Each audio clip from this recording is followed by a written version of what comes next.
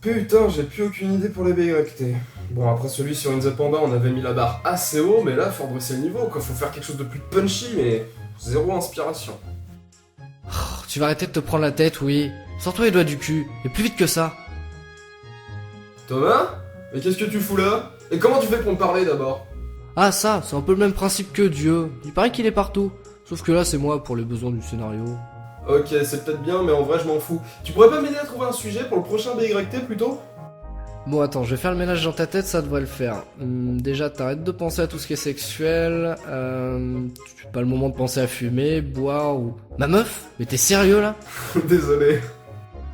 Bon, et maintenant, à quoi tu penses? À Antoine Daniel. Attends quoi?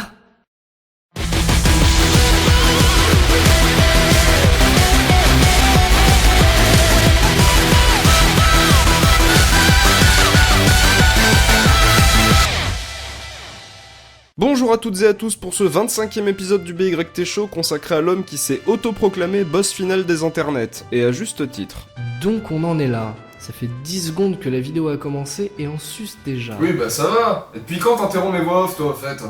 Parce que j'en ai marre d'être le rigolo de l'émission. Moi aussi j'ai une passion à défendre, comme toi. Moi aussi je suis capable d'arguer. Vous l'aurez compris, on va donc parler de Antoine Daniel, que l'on peut largement considérer comme étant un des piliers actuels du web francophone. On sait que le sujet va être dense et vaste à traiter, qu'il va sans doute entraîner de nombreux débats dans les commentaires, mais on va quand même s'y risquer. En effet, il est impossible de faire l'impasse sur ce vidéaste qui a su marquer, qui marque et qui marquera encore dans le futur la vidéosphère. Et c'est pas de la lèche en l'occurrence, c'est quelque chose d'indéniable. J'ai pas de chiffres à vous donner, mais je suis sûr que sans lui et les autres piliers de YouTube, beaucoup de vidéastes ne seraient pas là à l'heure actuelle. On spamme pas non plus devant son talent, il est comme tout le monde, il a des défauts mais qui sont très vite compensés par sa volonté de s'améliorer. Comme vous le savez, pour ceux qui nous suivent depuis longtemps, on a l'habitude dans nos BYT de commencer par une description du concept principal du vidéaste, concept qui rend celui-ci identifiable et détaché de la masse de créateurs qui composent la toile. Mais après réflexion, on s'est dit qu'on allait d'abord vous proposer un petit flashback made in 100W à propos de la prolifération des vidéos sur le net, et du concept de review de vidéos instauré par Ray William Johnson. C'était mon passage dans le script ça. Mais j'avais enfin réussi à prendre le contrôle de l'émission, fais pas ta pince frère. Au cours des années 2000, l'accès à Internet pour le grand public a véritablement explosé avec l'apparition des connexions haut débit grâce à la démocratisation du câble et de la DSL. La multiplication des opérateurs a également eu un grand rôle là-dedans avec une baisse générale des tarifs, rendant Internet encore plus accessible pour les foyers de la classe moyenne. En parallèle de tout cela, l'appareillage numérique s'est développé lui aussi pour le plus grand plaisir des photographes et vidéastes amateurs qui ont pu, avec les années, partager leurs créations de plus en plus facilement. Mail, blog, réseaux sociaux divers et variés, la force du net couplée à une technologie plus accessible a fini par entraîner avec elle le développement de ce qui rend mes journées distrayantes à souhait, les plateformes d'hébergement vidéo. C'était long et chiant et tout le monde s'en fout. Parle plutôt du concept de review de vidéo.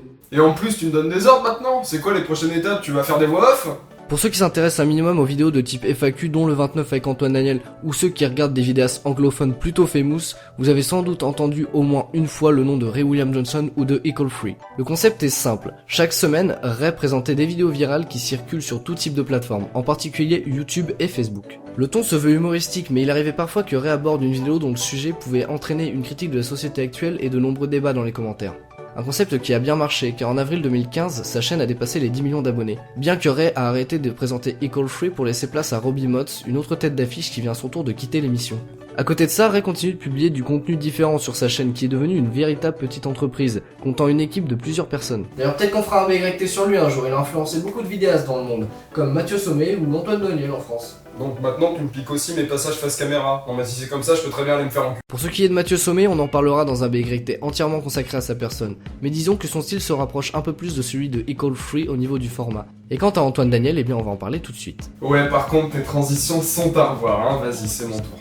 Antoine Daniel a donc posté son premier épisode de What the Cut le 1er mars 2012. Tout comme Ray William Johnson ou Mathieu Sommet, il a suivi la formule des 3 vidéos bizarres, dégueu ou hilarantes à commenter et critiquer. À cela vous ajoutez non pas une pincée mais une marmite de folie, un montage épileptique et une ambiance digne des plus grandes soirées à gober des extasies avec un entonnoir, et vous obtenez What the Cut. Et je pense que ma définition mérite de finir dans le petit Robert.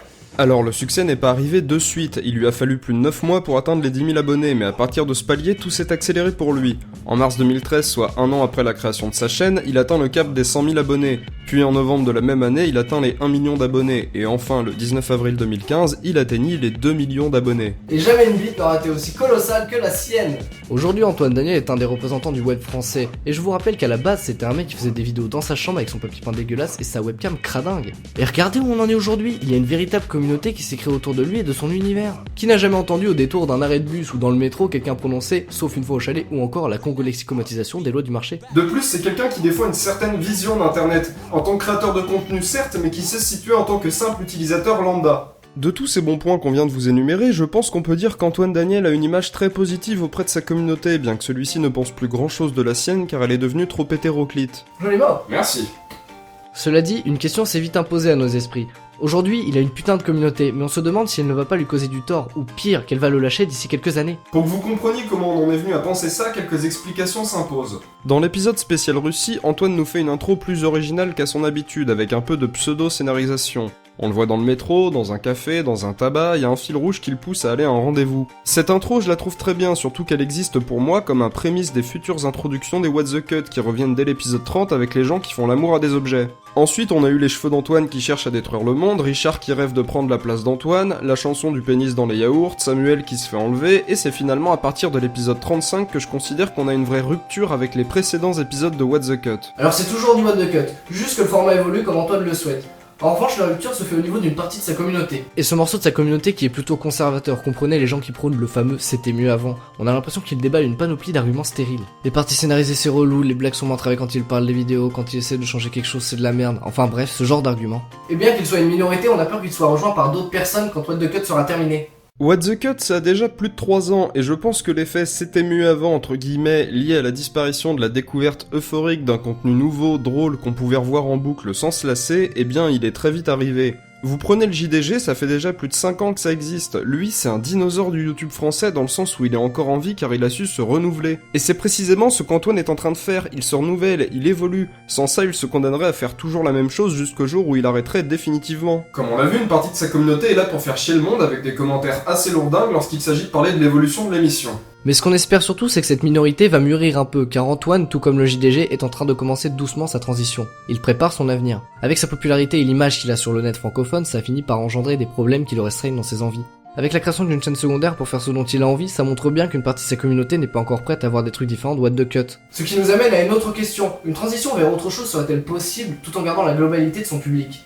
Pour l'instant, on ne pense pas avoir assez d'éléments pour vous répondre par oui ou non. On n'a pas encore assez de recul. Idem si vous demandez pour JDG, on est encore qu'au début de leur transition. Mais tout comme le fait que certaines personnes n'apprécieront pas de suivre JDG pour les concepts comme aventure ou les différents let's play qu'il propose désormais, Antoine Daniel va forcément perdre du monde en chemin. Sauf que sur ce point-là, je pense que le genre du grenier est l'exemple parfait du vidéaste qui réussit à survivre sur le net. La team JDG est quand même bougrement intelligente. Pour être sûr de conserver une part importante de leur public sur leur nouvelle chaîne, ils ont choisi de proposer un contenu différent mais aussi une émission très similaire à JDG avec Jeux en vrac. Jeux en vrac, pour ceux qui ne sont pas encore allés faire un tour sur la nouvelle chaîne, c'est un mini JDG avec des sketchs mais pour des jeux de n'importe quelle époque. Et c'est toujours aussi drôle que les JDG de leur chaîne principale. Donc pour éviter qu'ils soient trop assimilés à What the Cut, il serait peut-être judicieux qu'ils proposent une émission similaire mais qui lui demanderait moins de travail.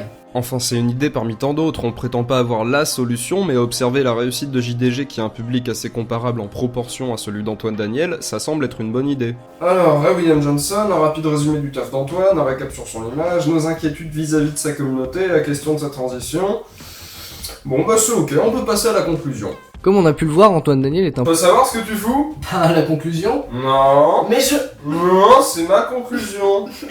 Comme on a pu le voir, Antoine Daniel et What the Cut ne sont pas juste un vidéaste et une émission parmi tant d'autres, c'est un véritable phénomène de la vidéosphère qui a su trouver sa place et son public avec une vitesse incroyable, traduisant le travail important et les efforts fournis par Monsieur Daniel. Aujourd'hui, il en est arrivé à un stade où il a besoin d'innover pour ne pas tomber dans la monotonie, un choix qui peut paraître soudain pour une partie de son public mais qui est sans aucun doute mûrement réfléchi.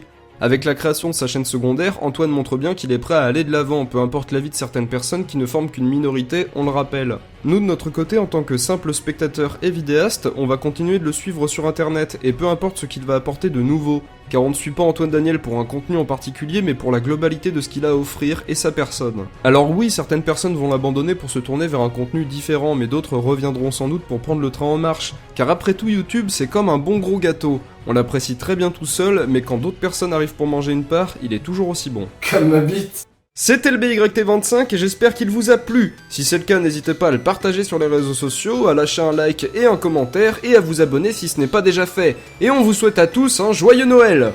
Thomas, putain, mon script, sérieux.